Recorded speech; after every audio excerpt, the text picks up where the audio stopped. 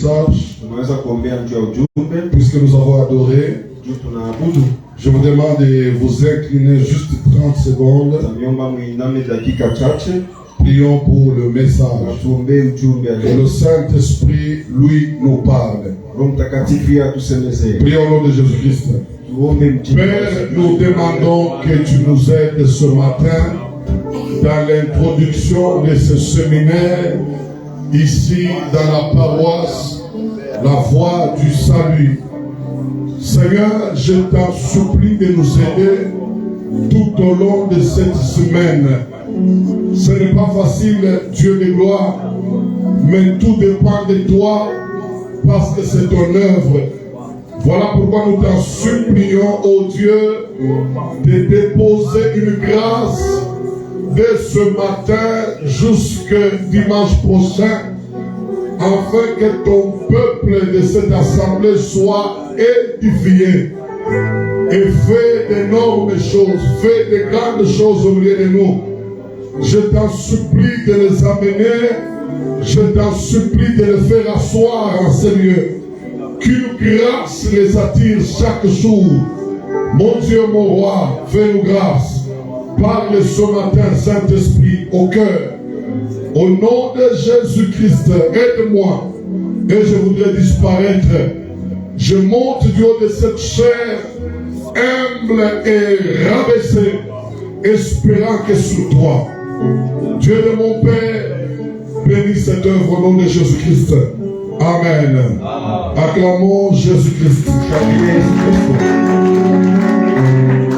Nous voulons commencer aujourd'hui ce programme avec vous. Je vous demande seulement votre participation. Et lorsque vous êtes là, le Seigneur pourra nous utiliser. Et sa grâce va tous nous aider. Alors, aujourd'hui je serai rapide pour rejoindre votre église. Parce que il y a d'autres serviteurs depuis l'année passée qui sont partis, d'autres dans les voyages. Je suis en train de souffrir avec des serviteurs, je n'en ai pas assez. Sortir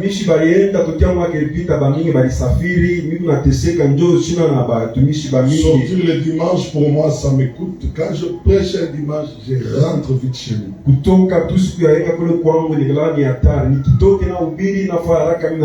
C'est chez nous. C'est le pasteur Gervais. C'est mon père Esdras. Je ne sais pas imposer des exigences par rapport au temps. Déjà chez nous à 10h la parole a déjà commencé. J'ai déjà un retard. Alors le Saint-Esprit pourra nous aider. Nous sommes dans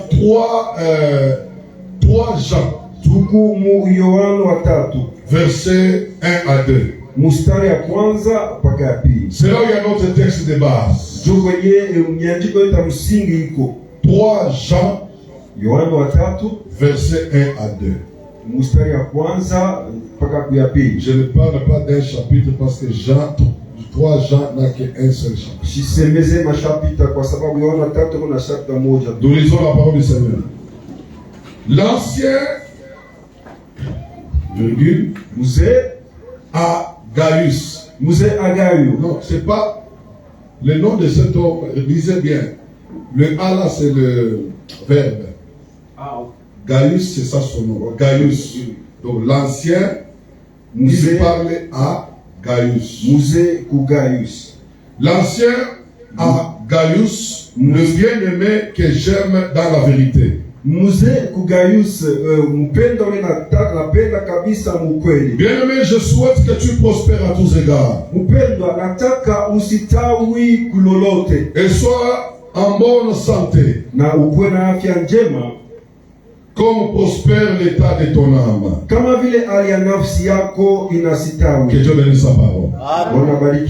C'est ça notre texte de base tout au long de cette semaine. Nous ne parlerons que de ça.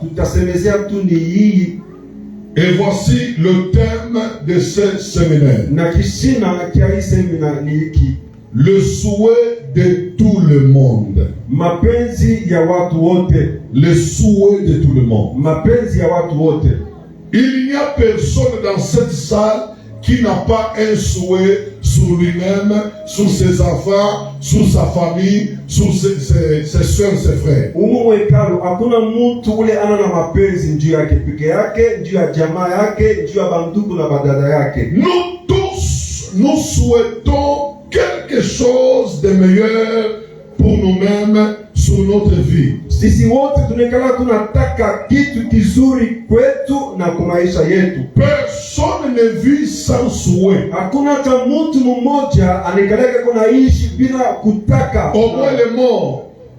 Kutosha kwa wafu. Au moins un mort. Kutosha kwa il n'a pas de sentiments. Ye ana na mania. Il n'a pas d'ambition. Ana na mashaba. Il n'a pas de pensée. Ana na mawazo. Il n'a pas de désir. Na ana na mahitaji. Tout est mort en lui. Yote ndani yake bilishakufa. Mais tout homme vivant, lakini mtu yote mwenye hai, a un souhait. Anakutaka fulani. Un souhait sur lui-même. Kutaka fulani juu sur yake, sa personne. Juu ya umutu wake. Ou un souhait sur un proche. Un souhait sur une connaissance. Wala penzi juu ya jirani wake, wala mtu fulani anafahamiana naye. C'est ce que Jean a parlé à un homme qu'on appelle Gaius. Na hii juu ile Yohana alisemezana mtu mmoja anaita Gaius. L'ancien qu'on appelle ici, il s'agit de Jean. Mzee wanataya hapa inakuwa ni Yohana. Parce que dans la Bible, lorsqu'on appelait anciens, c'était des apôtres, c'était des hommes de Dieu qu'on appelait anciens. Mu Biblia wale walikuwa naita wazee, ilikuwa ni watume na watumishi wa Mungu, ndio walikuwa naita wazee. Jean qui était l'un des disciples de Jésus-Christ. Yohana alikuwa mmoja wa wanafunzi wa Yesu Kristo. Il a émis un souhait sur un bien-aimé qu'on appelle Gaius. Alionesha mpenzi fulani kwa mpendwa mmoja anaita Gaius. Quel a été son souhait? Na ile mpenzi ilikuwa ni nini? Au verset 2, il dit, mstari ya pili anasema, bien-aimé, mpendwa, je souhaite mimi nataka que tu prospères à tous égards.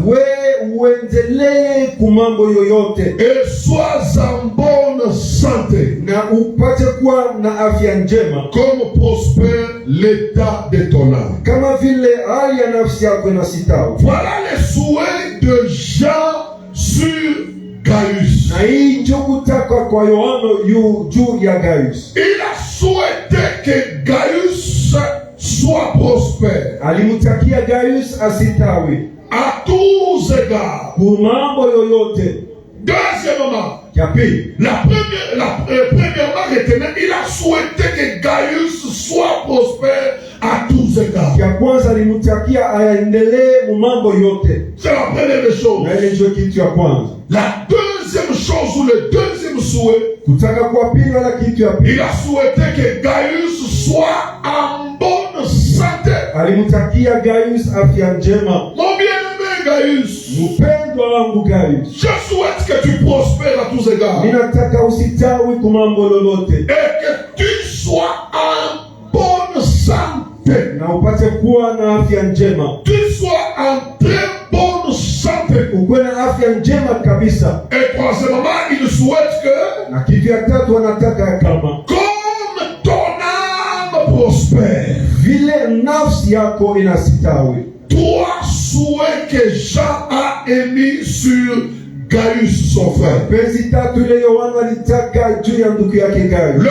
souhait, kutaka, vous-même vous pouvez avoir un souhait sur votre vie. Wewe unaweza kuwa na kutaka fulani pa maisha yako. Soit inaweza kuwa quelqu'un d'autre souhaite de bonnes choses sur vous. Wala mtu fulani anakutakia vitu vizuri. C'est toujours le souhait. Nayo ni paka kutaka. C'est pourquoi cette semaine, ndio kwa maana hii juma je suis venu te parler ninakuwa kusemezea le souhait de tout le monde. Kutaka kwa watu wote. Il n'y a personne qui n'a pas pas de souhait, qui ne souhaite pas quelque chose de meilleur. Hakuna mtu hata mmoja asijitakiake kitu kizuri. Je suis pasteur, Mimi ni mchungaji, père de famille, baba wa majamaa, père de 4 enfants. baba wa watoto 4. J'ai des souhaits sur ma maison. Nina mapenzi fulani pa J'ai nyumba. des souhaits sur mon ministère. Nina makutaka huduma yangu. J'ai certains souhaits sur l'église que je dirige. Nina makutaka fulani pa kanisa ili naongoza. J'ai des souhaits sur mes enfants. Niko na makutaka juu ya watoto yangu. Je souhaite qu'ils aient ceci, qu'ils aient cela. Ninataka wapate kitu fulani na kingine. Même vous qui êtes là ce soir, ce matin, Nyinyi mko hapa asubuhi ya leo. je n'en doute pas que vous n'avez pas de souhaits. Siwezi kushakia hata kidogo kusema hamuna na Je sais fort bien, mimi nataka mzuri sana. tel que nous sommes ce matin, Hivi tunajikuta hapa. chacun est animé d'un souhait. Kila mmoja akona kutaka fulani. Je sais que chacun est animé d'un souhait. Mimi najua kila mtu yuko na kutaka fulani ndani yake. Protocole, Walinamani, musicien, waimbaji, choriste, wanakwaya, maman, papa, mama wa baba, même les hommes de Dieu, hata watumishi wa Mungu. tous, nous avons des souhaits. Tuna makutaka. Le souhait, c'est quoi? Kutaka inakuwa ni C'est un vœu, inakuwa ni mapenzi fulani. un désir Inakuwa ni hitaji fulani. qu'une chose s'accomplisse. Ya kama kitu fulani kitimizike. Un désir de voir une chose s'accomplir. Inakuwa ni hitaji ya kuona kitu fulani kitimizike. Tout le monde a un souhait. Mtu wote anakutaka. Tel que vous êtes là, vous avez des souhaits. Vile mko pale, kila mtu anakutaka. Mais pas de mauvais souhaits. Hein? Na haina mapenzi ya mubaya pa. Personne ne peut me dire ici, pasteur, je souhaite qu'on m'enlève le cœur par les bandits. Je le cherche d'ailleurs. Si tu peux connaître, vous connaissez un bandit, amenez-le-moi des brigands qui déchirent mon corps, qu'il m'enlève le cœur, je n'en ai pas besoin. Personne ne souhaite ça. Hakuna mtu anayeweza kuniambia kama mchungaji nitafutie kwa wajambazi wanipasule, wanitoshe moyo. Jushi inayohitaji. Qu'on enlève les reins à mes enfants, à mon mari, qui peut souhaiter ça? Batoshe maini ya bibi yangu, ya bwana yangu, ya watoto wangu. Nani anataka? Je sais que, Lakini najua kama comme Jean l'a souhaité, vile Yohana alihitajia, nous tous, nous sommes aussi animés de ce souhait. nasi wote tunaikuwa na ile kutaka. Et Jean a énuméré les souhaits à 3 niveaux. Na Yohana alihesabia ile makutaka hatua 3. Premier niveau, Hatua ya kwanza, il dit à Gaius, anaambia Gaius, je souhaite que tu prospères à tous égards. nataka uisitawi jambo lolote. Gaius, c'est ce que je souhaite Ile pour toi. ndio hitaji yangu kwako wewe. Prospère à tous égards. Sitawi jambo lolote. 2, Akia pili, je souhaite que tu sois en très bonne santé. mimi nataka uwe na afya njema kabisa. Que tu ne sois pas malade à tout moment. Usigonjwe wakati yoyote hapa. Parce que la maladie va t'empêcher de servir Dieu. Juu magonjwa yatakuzuru kumtumikia Mungu. Je souhaite que ta santé soit en parfait état. Parfait état. Mimi nataka afya yako iwe mwali mzuri. Et la troisième des choses, Kitu ya tatu, Jean dit, Yohana anasema, je souhaite que ton âme prospère. ninataka pia nafsi yako isitawi. Ça, voilà les 3 souhaits. Na ile njoma ukutaka tatu. Alléluia. Amen. Que Dieu te bénisse. Mungu akubariki. Qu'est-ce que la prospérité? Na kusitawi maana yake nini? Puisqu'il a souhaité que Gaius prospère. Juu alitaka kama Gaius asitawi. C'est quoi la prospérité? Na kusitawi maana yake. Même vous qui me suivez en ligne, en direct, Hata nyinyi mnatufuata kwenye mtandao. à Lubumbashi, en dehors de Lubumbashi, Lubumbashi, hata nje ya Lubumbashi. en dehors du Congo, Nje ya Kongo. suivez-moi bien ce matin. Nifuate mzuri asubuhi ya leo. Gaius a souhaité que Jean prospère. Yohana alihitajia kama Gaius asitawi. Jean a souhaité que Gaius prospère. Yohana alihitajia kama Gaius asitawi. Je ne veux pas te parler de la prospérité de manière quinoise, de manière kidnapping, de manière aventureuse, non. Mista kuonesha maana ya kusitawi mnamna yetu ya kikongomani, mnamna ya kule ovyo ovyo hapana. Il est écrit dans la Bible. Biblia inaandikiwa, un homme de Dieu a souhaité à son bien-aimé de prospérer. mtumishi wa Mungu alitakia mpendo wake asitawi.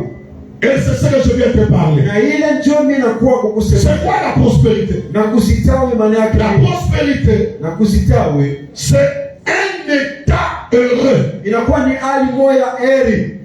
Un état heureux. Hali ya heri. Deuxièmement, Ya pili, c'est une situation heureuse. inakuwa ni hali moja fulani ya heri. Alors la prospérité n'est pas une mauvaise chose. Sasa kusitawi ni kusema na Parce que c'est un état heureux. inakuwa ni hali ya heri. Qui ne souhaite pas qu'il soit dans un état heureux? Nani ashikaleka unataka akuwe mu hali ya heri? Qui peut souhaiter que ses enfants soient malades chaque année, chaque mois? Ils perdent le sang. Qui peut souhaiter? Nani anaweza kutaka watoto wake kila mwaka bakule unagonjwa damu kuna maisha? Nani anaweza kutaka? Qui peut souhaiter que sa femme soit une prostituée? La femme que tu as épousée, mais qu'elle soit une prostituée.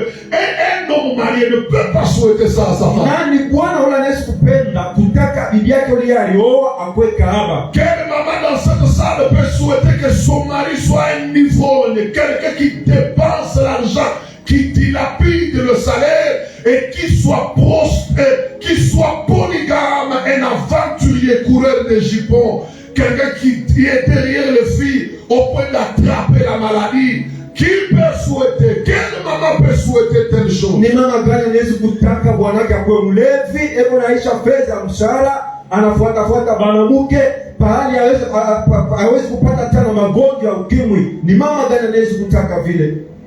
Jean dit à Gaius, Yohana anaambia Gaius, je souhaite mimi nataka que tu prospères. uendelee usitawi. Alors c'est quoi la prospérité? Sasa kusitawi Un ni état heureux. inakuwa ni hali moja ya heri, Une situation heureuse. ni kitu moja ya heri. Nous tous ce matin, Hivi si wote siku ya leo nous voulons vivre ça.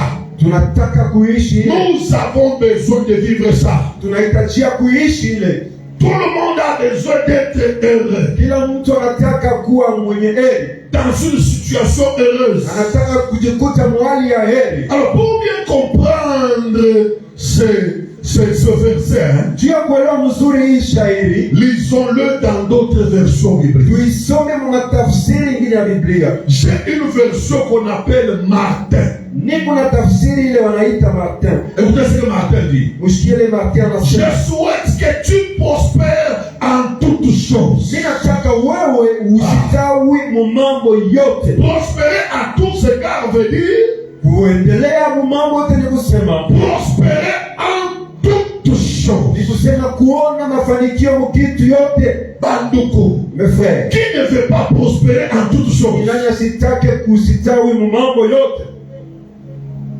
Nani asubuhi ya leo anapenda mateso sana, mateso muyale, batoto baishi mateso, bafunde mateso, balale mateso, bakome mateso, babakane mateso. Nani anapenda vile? Qui est celui-là qui souhaite qu'il soit rempli de la souffrance, que ses enfants vivent la souffrance dans les études et dans toutes choses? Qui peut souhaiter cela? Bibi yako afanye mateso. Que ta femme se vêtisse de la souffrance, Unabeba planta, anaifuna, anaikanika, anaikoma, anaivala. qu'elle prenne sa plante, qu'elle la nettoie, puis la repasse, puis la remette. Nous tous, Chibo, enfants de Dieu, tout le monde, remplis du Saint-Esprit, venez vous dire dans la langue, craignant Dieu, nous tous tels que nous sommes là, nous avons besoin d'être dans un état heureux.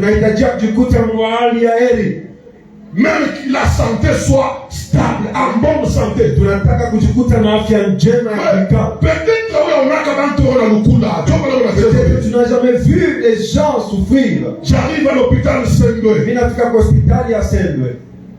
Au mois de janvier, je ne sais pas. Mwezi ya Januari na Une maman de notre église avait un frère qui était malade. mama mwa kanisa yetu alikuwa na ndugu Le mmoja. frère ne priait pas avec moi. Ule ndugu asikuanze kuomba na shia. Il était païen. Alikuwa ni mpagani. Mais la maman commence à s'inquiéter puisque je ne suis pas parti prier pour son frère. Mama alikuwa na wasiwasi, njoo nini sikwende kuombea ndugu yake. Comme il n'avait pas une grande foi, Bila sikuwa na imani kubwa. j'ai compris de ne pas la perdre. Nilielewa kama siwezi Je kumpoteza. suis allé à l'hôpital Sendwe. Assemble. Nilienda kule kwa hospitali ya Assemble. Je trouve le monsieur, il est resté comme ce tige que vous voyez là, des livres là. Minakuta nduko sha kukona na bakiasa ile kiuma ikikupa. Il n'a rien dans les comme habit, il a seulement la couverture de l'hôpital. Eso nifika tu ni ile blanket ya kupitana na nguo. Un homme de 44 ans, il avait porté le pampers. Mtu wa umri 40 yesha kuvala pampers. Gaius, Jean Bumbafu. Yohano n'était pas un sang. Gaius. Il a dit à Gaius, Napenda. Je souhaite Ustawi. Que tu prospères. Hata santé. Même dans ta santé. Santé quoi bien. Que ta santé soit ferme. C'est ce que je souhaite pour toi, Gaius. J'arrive à l'hôpital, le frère 44 ans, mais il a porté le pampers. Il fait tout dans les habits. Vous sentez même autour du lit l'odeur. En tant que pasteur, je dois faire l'effort, je dois parler avec lui malgré l'odeur. Attention avec la santé. Attention.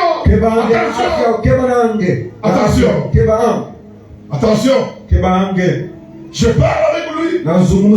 Je dis que tu peux recevoir Jésus. Je pose la main. On les lave seulement dans le lit là-bas. Sa grande soeur me dit, deux fois c'est moi qui fais ça. Un homme de 44 ans.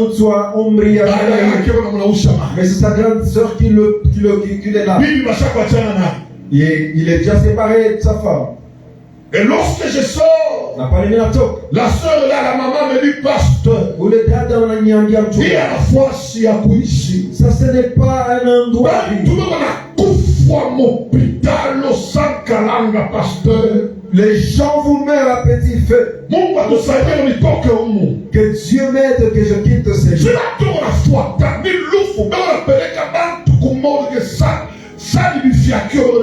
On enchaîne les gens, la mort de terre des balais qu'on vend. Pourquoi il meurt comme ça?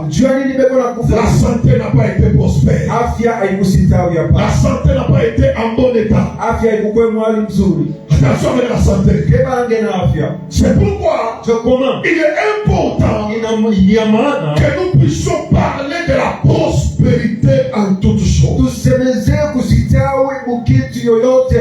C'est le souhait de nous tous. Et pendant que je te parle, le frère là est enterré. Il est mort. Un journaliste bien formé, enterré. La version Martin dit ceci. Je souhaite que tu prospères en toutes choses. Et que tu sois en santé. Comme ton âme est en prospérité. Que tu sois en santé. Comme ton âme est en prospérité. La version, une autre version dit ceci. Je souhaite que tu te portes bien.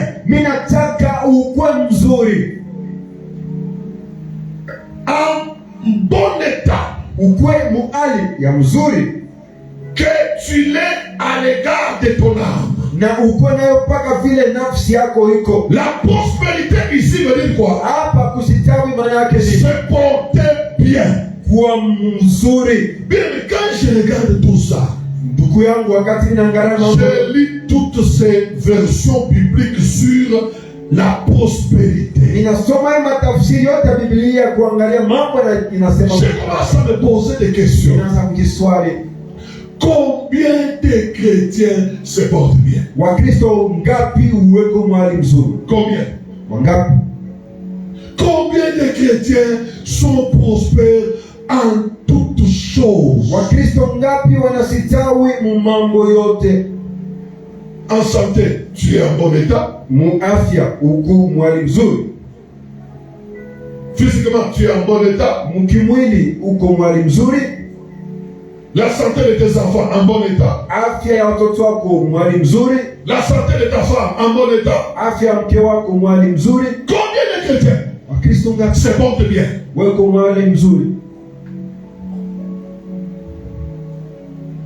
C'est pourquoi je suis venu te parler Kwa maana mimi nakuwa kusemezea sur un thème qu'on appelle le souhait de tout le monde. juu ya kishina kile kinasema kutaka wala mapenzi ya watu wote. Le souhait qu'a tout le monde, Mapenzi ile watu wote wako c'est nayo être bien, ni wakwe mzuri, être dans un état heureux, wakwe mwali ya heri, pas dans un état critique. hapana mwali mwa Le souhait de tout le monde, kutaka kwa watu c'est wote être dans une situation ni heureuse. kujikuta mwali ya heri. En bref, Mkifupi c'est prospérer en toutes choses. inakuwa ni kusitawi mu mambo yote. Alors quand j'ai lu bien la parole, Wakati nasoma mzuri neno, bakristu ngapi banastawi mu bintu vyote? combien de chrétiens prospèrent à tous égards? Combien de chrétiens dans ça? Wakristo ngapi muieka? Regarde nos maisons, combien sont prospères? Tuangalie manyumba yetu, wangapi wanasitawi? Unakulia combien?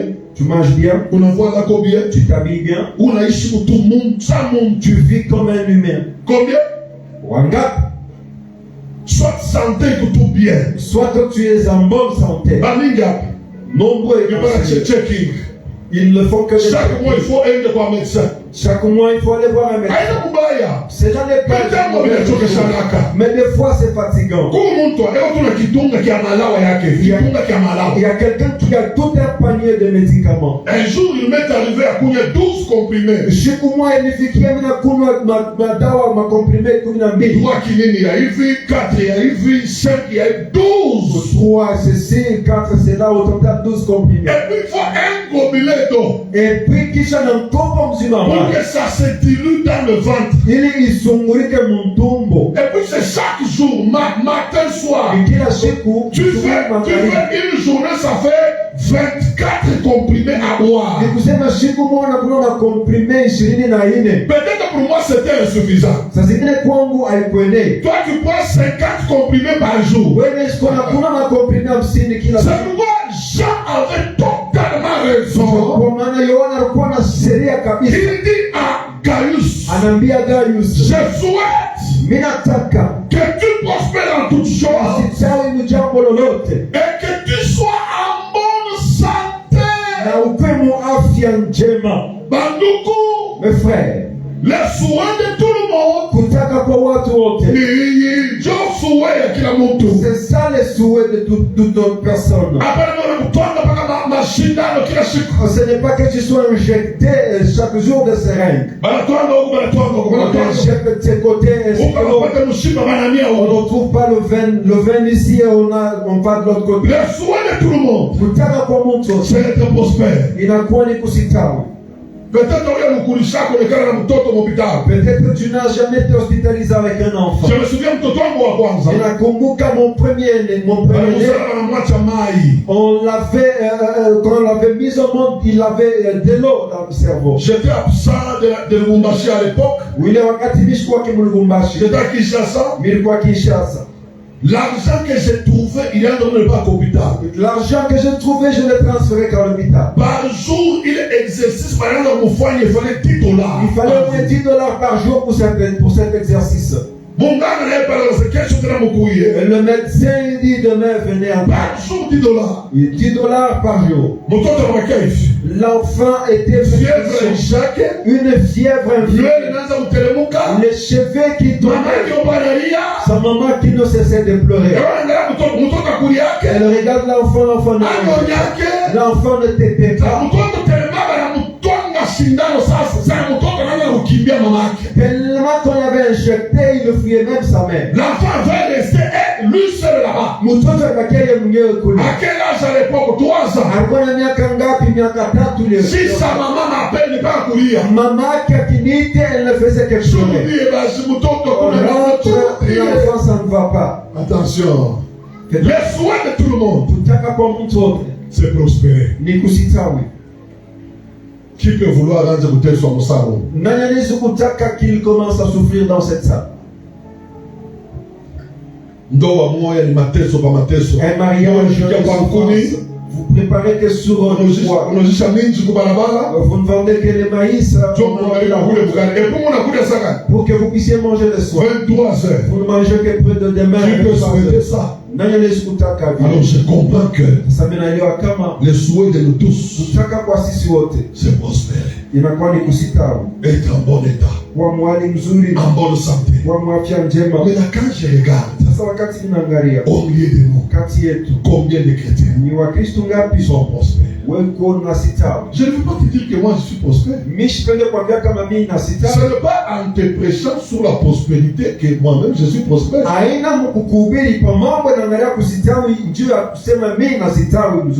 Je veux vivre ça. Alléluia. C'est écrit dans la Bible. Je vais vivre ça. J'ai lu ça dans la parole. Pourquoi nous prêchons sur la sainteté? Nous voulons vivre la sainteté. Pourquoi nous prêchons sur la crainte de Dieu? Nous voulons que l'Église ait la crainte de Dieu. Pourquoi nous enseignons sur l'enlèvement? Nous nous préparons à l'enlèvement un jour. Pourquoi nous prêchons sur la bénédiction? Que nous voulons être bénis. Pourquoi nous prêchons sur offrir? Mais nous voulons offrir. Apprendre à offrir. Pourquoi nous prêchons sur les démons? Parce qu'ils nous dérangent. Et nous voulons les combattre et les vaincre. C'est pourquoi j'ai compris. On doit prêcher sur la prospérité. Je veux vivre ça. Je dois vivre ça. Dieu m'a appelé, mes frères. Je crains Dieu. Pourquoi je ne peux pas vivre ça?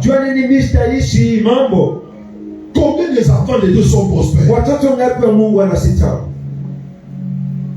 Et puis, ce qui est là, voir des gens prospères en toutes choses. C'est très rare, l'église. Vous allez se prier. Donne-moi un mari. Dieu lui donne un mari. Et entrer au mariage, elle ne met pas au monde. Allez-vous me dire qu'elle est prospère en toutes choses? La Bible dit bien en toutes choses. Combien sont prospères en toutes choses?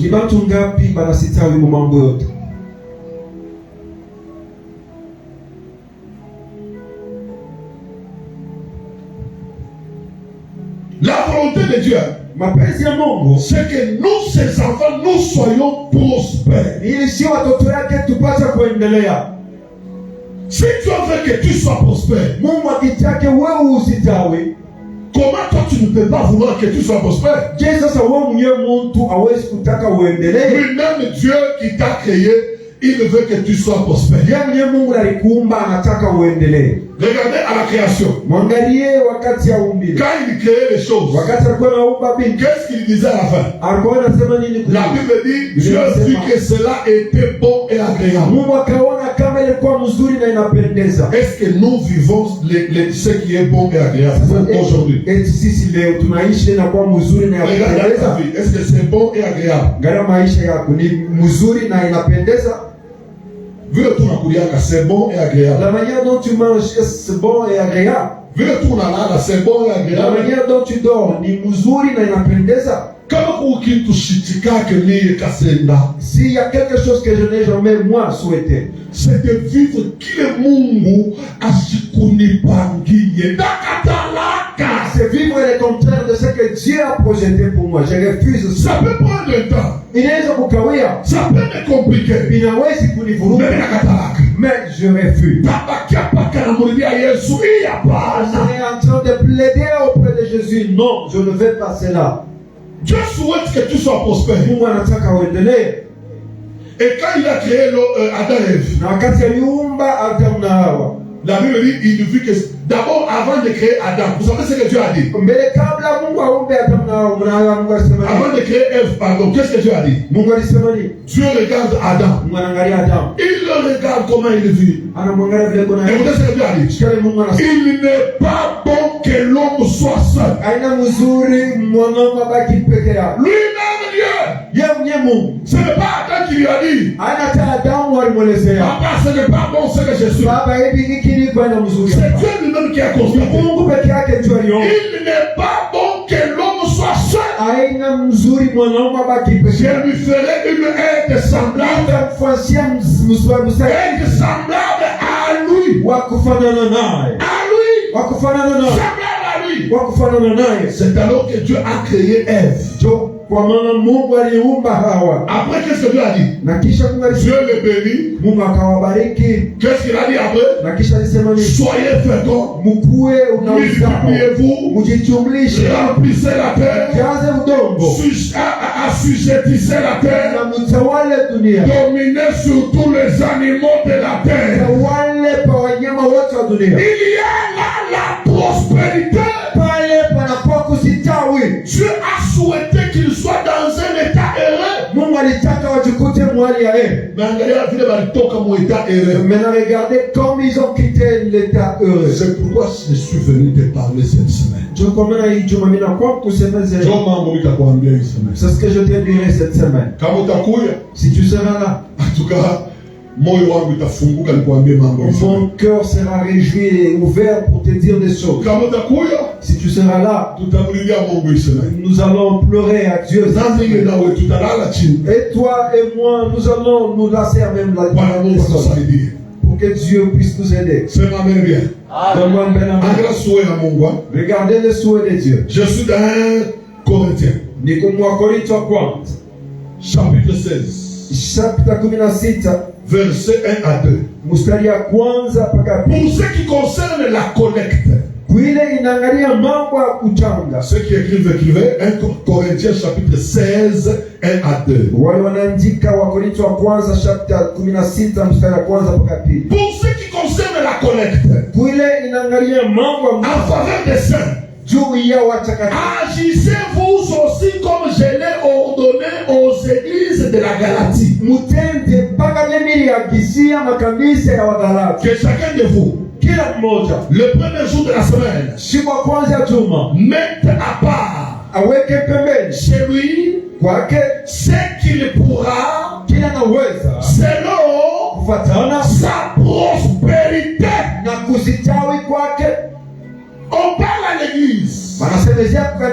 Chacun de vous, le premier jour de la semaine, qu'il mette à part ce qu'il pourra. Chacun de vous qui a parlé à cette église, c'est bon. Il parle à l'église de Corinthe. Chacun de vous, le dimanche, c'est ça le premier jour de la semaine, qu'il mette à part. Il parlait au sujet de quoi? De collecte pour les serviteurs ou les saints. C'est que nous appelons œuvre sociale. Pour dire que chacun, c'est-à-dire Muchango ya kanisa, c'est-à-dire la collecte de l'église. Dans une église, tout un chacun doit collecter. Protocole, choriste, tout le monde doit collecter. Que chacun de vous le dimanche mette à part. Comment il va mettre à part? Selon sa prospérité. Une autre version dit ceci. Selon ses moyens. La prospérité, c'est le moyen que Dieu vous donne. Les moyens que vous avez. Une autre version dit selon ses possibilités. Donc Dieu veut que nous ayons tout ça. Qu'on soit prospère pour le servir. Écoutez-moi, église. Foi du salut. Si nous ne sommes pas prospères, tu ne sauras pas servir Dieu. Tu dois collecter avec quoi? On va te demander, tu diras je n'en ai pas. Cotisons pour les serviteurs, tu diras je n'en ai pas. Donne la dîme, tu diras je n'en ai pas. Dieu a unana mafuta. Dans cette église de Corinthe, Na hii mkanisa wa Korinto, Paul savait que tout le monde est prospère. Paulo alijua kama kila mtu anakuwa anaendelea. Et que chacun met à part selon sa prospérité, c'est-à-dire selon ses moyens. Na kila mtu yake pembeni kufuatana na namna wala kupata kwake. Que Dieu vous bénisse. Mungu anibariki. C'est ça le souhait de Dieu. Na hii ndio inakuwa kutaka kwa Mungu. Mais qu'est-ce que nous regardons dans l'église? Sasa makanisa tunaona nini? Il n'y en a pas. Hakuna kitu. Mon makanisa leo bantu bale bana pima kwa prospère, ne pas la compter comme il. Aujourd'hui, les gens qui sont prospères sont à compter à bout de doigts. Or kufuatana na Mungu Baba. Or, selon Dieu notre Père, C'est votre tu ne pas quoi prospère. tous nous devrons être prospères. Kila mtu kufuatana na niveau ya kile Mungu anamupa. Tout un chacun selon le niveau que Dieu lui accorde. Sio mapenzi ya Mungu. C'est là la volonté. Sio kile Mungu anapenda. C'est ce que Dieu veut.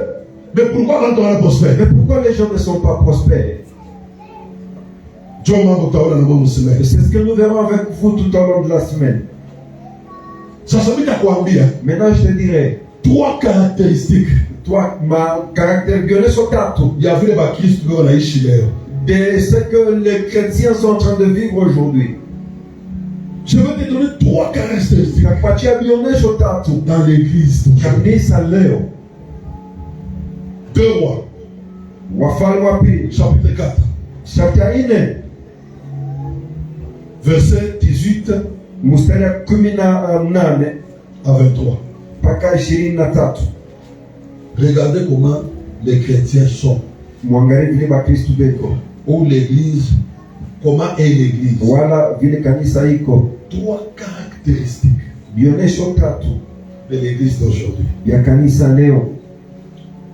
2 Rois chapitre 4 verset 18 à 23 à 28. Wafalme wa pili chapter 4 mstari ya. Il y avait une femme qu'on appelait la Sunamite. Kulikuwa mke mmoja wanaitwa mwenye wa Sunamia. Un jour qu'il était allé, siku moja aliendaka, l'enfant de la Sunamite était allé voir son père. Mwana wa Msunami alienda kuona baba yake. Vous connaissez que cette femme était stérile. Unajua kama ule mke alikuwa mtasa. Et plus tard, elle a eu un enfant. Na kisha baadaye akapata mtoto. Par la prière d'Élisée, le prophète. Kupitia maombi ya nabii Elisha. Alors cet enfant avait grandi. Sasa ule mtoto akakoma. Mais un jour que l'enfant était allé voir son père. Sasa siku moja ule mtoto alienda kuona baba yake. À son retour, mkurudi kwake, l'enfant dit à sa mère, l'enfant d'abord a dit à son père, ma tête fait mal, ma tête fait mal. Mtoto aliambia baba yake kichwa kinaniuma sana. On l'a ramené à sa mère. Bakamuleta kwa mama yake. Première caractéristique de l'église d'aujourd'hui. Kionesho kia kwanza kia kanisa. Des chrétiens d'aujourd'hui. Wa Kristo leo. Je suis au verset 20. Niko mshairi ya 20. La Bible dit le serviteur l'emporta, ramena l'enfant à sa mère. Biblia inasema watumishi wakambeba mtoto wakamleta kwa mama yake. Et l'enfant resta sur les genoux de sa mère. Na mtoto akabakia pa magoti ya mama yake jusqu'à midi. Mpaka saa ya 12.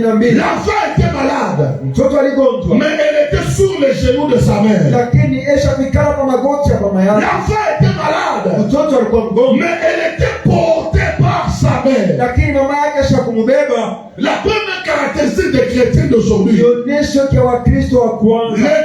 d'aujourd'hui portent les problèmes. Au lieu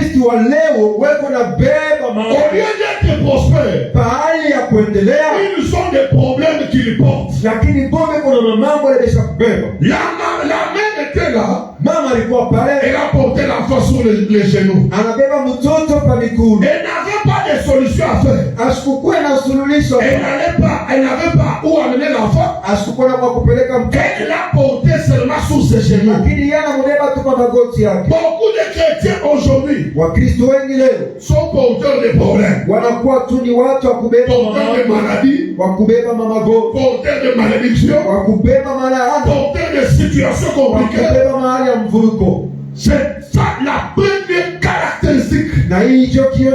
Porter les problèmes. kubeba mamambo. Mais tu es frère dans l'église. Lakini uko ndugu mkanisa. Tu es serviteur dans l'église. Uko mtumishi mkanisa. Tu es maman dans l'église. Uko mama mkanisa. Mais tu portes les problèmes. Lakini huku nabeba mamambo. Et puis unaweza kubakia nayo. Et puis tu restes avec. Mama yakusomea mtoto. Cette mère avait porté son enfant. Anakia tafanya na mtoto kwa malaya. Elle n'avait aucune solution pendant que l'enfant était malade. C'est ça l'état de plusieurs chrétiens. La Bible nous dit ceci. Dieu veut que nous puissions. Mais si nous regardons les chrétiens, au lieu de prospérer, ils ont des problèmes. Cette semaine, si tu as un problème, ne reste pas à la maison avec ce problème. Cette semaine, celui qui a un problème, qu'il vienne dans ce séminaire. Même Jésus a dit, venez à moi, vous tous qui êtes chargés et fatigués, moi, je vous donnerai du repos. Si tu as des charges, des problèmes, des situations, des complications, je n'ai pas une autre personne à te présenter. Je n'ai qu'une seule personne à te présenter. C'est Jésus-Christ de Nazareth. Il dit dans Matthieu, pour tous, il n'a pas exclu, il n'a pas choisi, il n'a pas appelé les Kassaïens, les Katangais, les Kivusiens, il n'a pas appelé les Bashi, il n'a pas appelé les gens de Bandung, il a appelé tout le monde. Si tu as des fatigues, si tu as des fardeaux, si tu as des charges, Jésus-Christ t'appelle. Venez à moi, vous tous qui êtes chargés et fatigués, moi, je vous donnerai du repos. La personne qui peut te décharger des fatigues, des charges, ce n'est pas moi qui te prêche, ce n'est pas le représentant Ezra. La personne qui peut te décharger, c'est Jésus-Christ de Nazareth. Jésus-Christ de Nazareth. Quelles que soient tes charges, Yesu ataibeba na ishusha. Asubuhi ya leo, twende kwa Yesu, twende kwa Yesu, umwite Yesu, umtafute Yesu. Yeye atabeba mizigo yako. Sema nani yasoma mizigo yako. Apende kubakia na mizigo kwa mlango.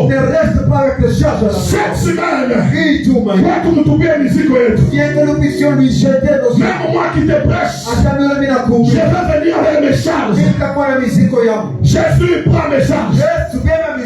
Même si je vais prier pour toi, c'est en tant qu'un instrument que Jésus utilise. L'apôtre Paul a dit, nous sommes pauvres, mais enrichissant plusieurs. J'ai aussi mes charges. Mais il y a quelqu'un qui va me décharger. C'est Jésus-Christ de Nazareth. Maman, il y a quelqu'un qui va te décharger. C'est Jésus-Christ de Nazareth. Ma soeur, il y a un homme qui va te décharger. C'est Jésus de Nazareth. Frère, il y a un homme qui va te décharger. C'est Jésus de Nazareth. Je dis, Yesu comme mzima. Écoutez, Jésus est vivant. Yesu anatenda. Jésus agit. Yesu est kwako. Jésus est là. Je ne te parle pas des histoires. Jésus, Yesu. Hébreu dit ceci. Il est le même. Hier, aujourd'hui, éternellement. Ce matin, Jésus est le même. Jésus est le même. Et s'il est le même, il va te décharger. Il va te décharger. S'il est le même, il va te guérir. S'il est le même, il va te rendre prospère. S'il est le même, il va changer ta situation. S'il est le même, il te donnera la bonne santé. S'il est le même, il va t'affranchir. S'il est le même, il va te donner ce que tu souhaites. S'il est le même, il va accomplir ton souhait. Il n'a pas changé. asibadilika pa. Écoutez, le problème c'est dans les têtes des chrétiens. Je mambo ni mumabichwa vya Bakristo. Dans les têtes des chrétiens. Mubichwa vya Bakristo. C'est là où il y a les problèmes. Jomle mukoma. Ils pensent que tel que le pasteur prêche. Ekona wazia vile muhubiri kuna ubiri. Jomle banobiraka paka. C'est comme ça ils ont toujours prêché. Oui, jomle tout l'obiri mais ça a Mungu changer. Et si nous prêchons comme ça mais la Jésus est le même. Celui qui a fait dans la Bible, il va faire avec toi. Il va faire. 2022 inaishi. 2022 passé. Je priais pour les femmes stériles. 4 vont concevoir 2022. Et 4 ont conçu. Moi, j'ai 11 ans. Il y a une qui avait fait 11 ans sans catholique. Elle n'est pas de mon église, mais elle est priée dans l'église catholique. Elle est là à l'église catholique portant une grosse. Tu dirais que Jésus n'agira pas. Nous, elle est Gervais. Nous avons cru à un Jésus qui agit. Jésus qui nous a appelés, il agit. Et si tu les crois, il agira. Il dit ceci. Mon père agit jusqu'à maintenant. Moi aussi, j'agis. Jésus n'a pas refusé d'agir. Si tu veux qu'il agisse, il agira. Si tu l'appelles, il agira. Si tu le pries, il agira. C'est la souillée de Jésus. Jésus s'est battu à Jésus agit pour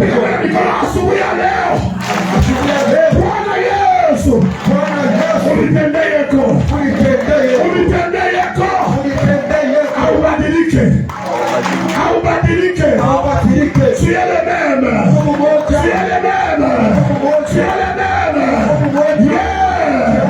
Aujourd'hui, éternellement, il va agir.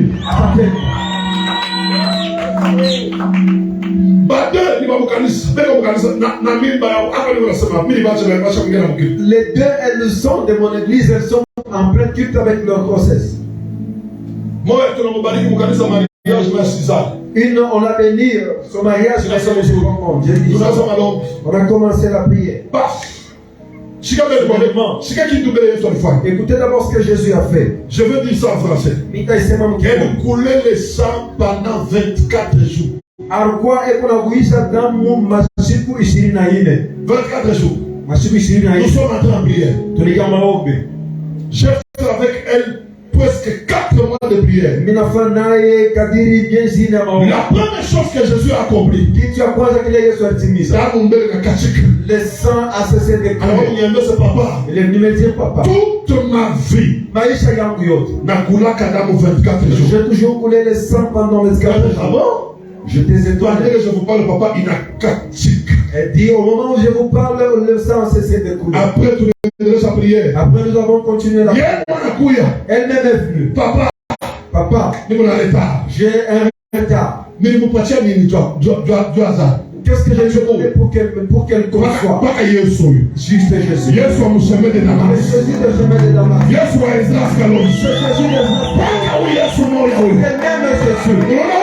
pourquoi? Vous savez ici chez nous, si vous venez avec des esprits, vous ne ferez pas une année, les esprits ne feront pas une année. Il faut du salut. Que ce soit ici à la voie, il faut que ce soit à il faut que ce soit qui. Si tu viens avec les esprits, ils ne vont rencontrer cette semaine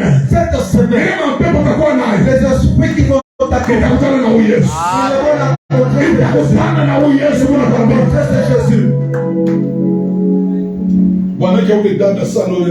le mari de cette soeur, lorsqu'elle a vécu cela, papa, c'est moi là où je dis à le frère s'est révolté. Il dit, papa, je vous mets un pardon. Je vous paye. Moi, je n'ai rien acheté. Mon père, il a acheté tout complet. Il a installé, il a tout installé. Je dis ça, c'est la main de Jésus. Qu'est-ce que Jésus n'est pas?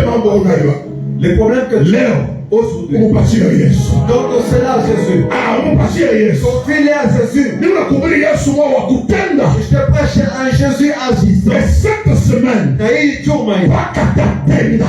agira. Quand tu as malaria, si tu viendras avec une maladie, cette semaine, Yesu a semé le Damas en quelque chose. Parce qu'il est le même hier, aujourd'hui et éternellement. La deuxième caractéristique de l'église, verset 21. Cette femme, elle a pris l'enfant. J'aimerais terminer. Elle va, la Bible dit l'enfant est mort. Elle prend l'enfant, elle va le mettre dans la chambre. Elle ferme la porte. Elle laisse un mort dans la chambre. La deuxième caractéristique de l'église d'aujourd'hui, les chrétiens d'aujourd'hui, les chrétiens d'aujourd'hui ont la mort dans leur maison. Les choses ne marchent pas. Les choses ne prospèrent. Il a un enfant épileptique. À la maison, l'emploi du mari est arrivé à terme. Mais cette maman a laissé l'enfant mort dans sa chambre et la même fermée. La mère a salué les voisins. Alors qu'elle a laissé un mort. Beaucoup de chrétiens aujourd'hui ont la mort dans leur maison. Cette semaine, ne reste pas dans ta maison. Viens à l'église. Viens prier à l'église. La mort qui est dans ta maison, elle va partir. La mort qui est dans ta maison, elle va sortir. La mort qui est dans ta vie, elle va te quitter.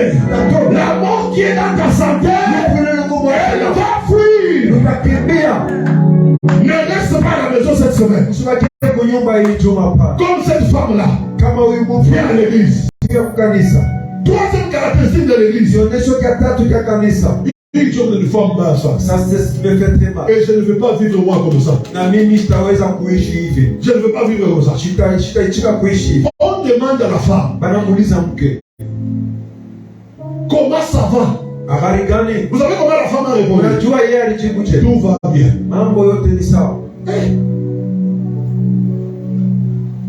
Élisée voit la femme. Il dit à Géasi, va un peu voir cette femme. Demande-lui qu'est-ce qu'il y a. Géasi lui demande, comment va à la maison? Comment ton enfant? Comment ton mari? Écoutez, c'est elle a répondu, tout va bien. Est-ce que tout allait bien dans la vie de cette femme? Oui, le mari était bien. Mais l'enfant n'était pas bien.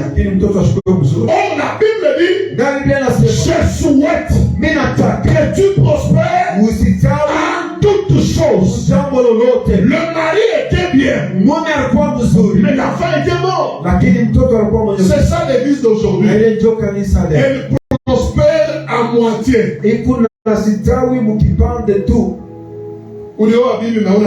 Tu as épousé une femme mais tu n'as pas d'emploi. On t'a épousé mais tu n'es tu as un travail qui n'égale pas ta vie. Tu as un ministère fort. Mais la vie ne marche pas. Vous voyez un pasteur rempli de grâce. En plus de ça, il est très très souffreteux. C'est beaucoup, c'est la vie de plusieurs chrétiens. Et nous nous consolons. Tunakuwa tunajifariji. Tout va bien. Tu vas mal. C'est Kagame seulement. C'est le type de chrétien. Ce n'est pas ce que Jésus veut. Le mari était bien. Mais l'enfant était malade. On demande à la femme, comment ça va? Tout va bien. Tout n'allait pas bien. Qui a qu'un mon maïs dis à Dieu que ceci ne marche pas. Ceci, ça va, mais Jésus a ouvert l'aveugle de naissance. Jésus a prié pour les aveugles de naissance. Un aveugle de naissance. kipofu moya ule wa kizarikio anamweka potopoto pa macho, il lui a appliqué la bouse sur les yeux. il lui dit vois-tu quelque chose? Anamuuliza unaona kitu?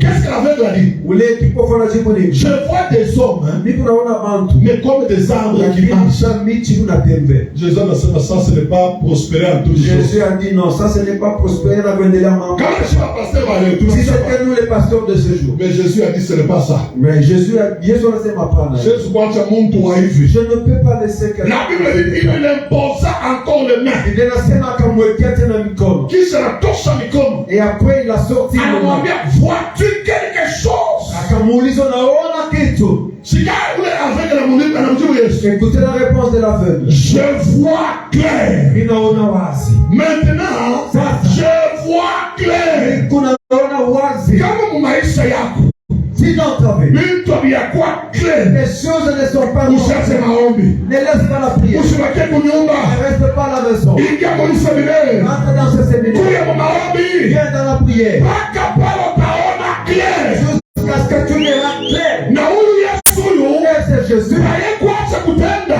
Avant de laisser mpaka pale utaona ku clair. jusqu'à ce que tu verras clair. Vitu vinakuwa sawa. Lorsque les choses seront Sio Yesu akasema acha c'est sawa. alors qu'il dira je laisse. Kama vitu vinakuwa sawa, Si rien ne marche, mon père agit jusqu'à présent. baba yangu na Moi aussi Jésus j'agis. Asubuhi ya leo Yesu atende. que Jésus a Asubuhi ya leo Yesu atende. Kama mambo yako yaisha, Yesu atende. fini que Jésus agisse. Kama vita yako yaisha, Yesu atende. Pas encore fini que Jésus agisse. Kama ndoa yako yafurahi, Yesu atende. Pas encore réussi que Jésus agisse. Kama watoto wako wayashima, Yesu atende. Que Jésus agisse. Atatenda tena. Il agira encore. Asubuhi ya leo atende tena. Qu'il agisse encore. Vitu vina komplike. Les choses se compliquent. Yesu atende tena. Que Jésus agisse encore. Et cette semaine, Na hii juma notre Jésus-Christ, Yesu Kristo le Jésus de la Bible, huyu Yesu celui qui est monté à la croix, alipanda il kumsaliti. a dit tout est accompli. Alisema vyote Celui qui est descendu alishuka dans les régions inférieures de la terre, mahali ya chini ya udongo. celui qui est ressuscité, Alifufuka. c'est Jésus-là. Ule Yesu Atapenda tena. il agira encore. Amen. Amen. Dieu parle de Luc, Bible nasema hivi. C'est pour cela que la Bible dit en Luc, Lequel de vous, ni nani kati yenu s'il a un ami s'il est dans les besoins kama eko na hitaji fulani et qu'il a reçu les visiteurs le matin, na anapokea watu wanakuwa kumtembelea asubuhi, maintenant il va vers son ami sasa anaenda kwa rafiki yake pour qu'il lui vende le pain juu amuuzishe mkate au milieu de la nuit. katikati ya usiku. Son ami là Ule rafiki yake ne pourra-t-il pas lui vendre le pain asitamuuzisha mkate même si c'est la nuit? hata kama ni usiku? Jésus dit ceci, Yesu anasema hivi, il va se lever atalamuka pour le vendre du pain, pia kumuuzisha mkate, non parce qu'il est ami, hapana tu juu ni rafiki yake, mais parce qu'il est en train de l'importuner. lakini juu anakuya eko na mchezea, Non, pour vous déranger. eko na muderanger. Vous n'avez pas écouté. Vous savez, Dieu aussi pour agir. Mungu anapenda kumderange. Dieu aime que on le dérange. Leo naomba. Aujourd'hui, Kesho naomba. demain tu pries. Ile juma naomba. La semaine prochaine, Ile juma naomba. la semaine tu pries. Lundi naomba. Le lundi, Hii seminaire naomba. le séminaire tu pries. Mungu anapenda vile. Dieu aime cela. C'est pourquoi la Bible dit dans Thessaloniciens, Je commande bien à ce moment. priez sans cesse. Ombeni bila kukata. Comme jusque-là unaona kitu. Si jusque-là tu n'as encore rien, Omba tena. prie encore. Si Dieu la Bible nasema, C'est la Bible dit, jusque-là, mpaka vous n'avez pas demandé. hamujaomba. Demandez Ombeni jusqu'à ce que mpaka pale votre joie furaha Yesu sera parfaite. furaha itaonekana. Kama uyaona furaha inaendeana, Si votre joie n'est pas mama lomba tena, prie encore. ulilie Yesu tena. Crie à Jésus encore. La Bible dit il se lèvera pour lui vendre le pain parce qu'il l'importune. Biblia inasema atalamuka kumuzia mkate njoo mnamfanyia makelele. C'est pourquoi Jésus dit ceci, Ndio kwa maana Yesu anasema hivi, demandez, ombeni on vous donnera. watamipatia, Cherchez, tafuteni vous trouverez. mtapata, Frappez, kokoleni on vous ouvrira. watamifungulia. Ici même, Cette semaine, tutaomba, nous allons prier. tutavunja, Nous allons briser. tutamulilia, Nous allons crier mpaka panatatenda, jusqu'à ce qu'il a mpaka panatajibu, jusqu'à ce qu'il répond, mpaka panatafungula, jusqu'à ce qu'il nous dira, mpaka panataonekana, jusqu'à ce qu'il se fera voir, mpaka pale furaha yako tembeaje. jusqu'à ce que ta joie sera parfaite. Yesu wangu akubariki. Que mon Jésus te bénisse. Yesu wangu akutendeye. Que mon Jésus agisse. Si ta santé est malade, Kama afya yako, Yesu wangu akugusa asubuhi ya leo. Jésus te touche ce matin. Si tu as un problème dans ton corps, Kama kuna mambo mwilini, Yesu wangu akugusa asubuhi ya leo. touche ce matin. Si tu as un problème dans la santé, Kuna mambo mwa afya yako, kitu kimoja kishakota musante yako, quelque chose à pousser dans Yesu wangu akugusa asubuhi ya leo. Jésus te touche, Simama, simama, simama, simama, simama. Lève-toi, Simama, lève-toi, simama. lève-toi.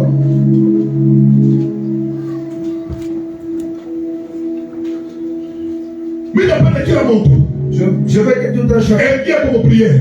entre en prière. Leo namwambia Yesu Il dit à Jésus nia yake.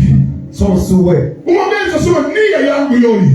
Dis à Jésus ton souhait. Mambo yangu yoi. Voici mon problème. Mateso yangu yoi. Voici ma souffrance. Piga mikono anza kuomba Lord Yesu. Piga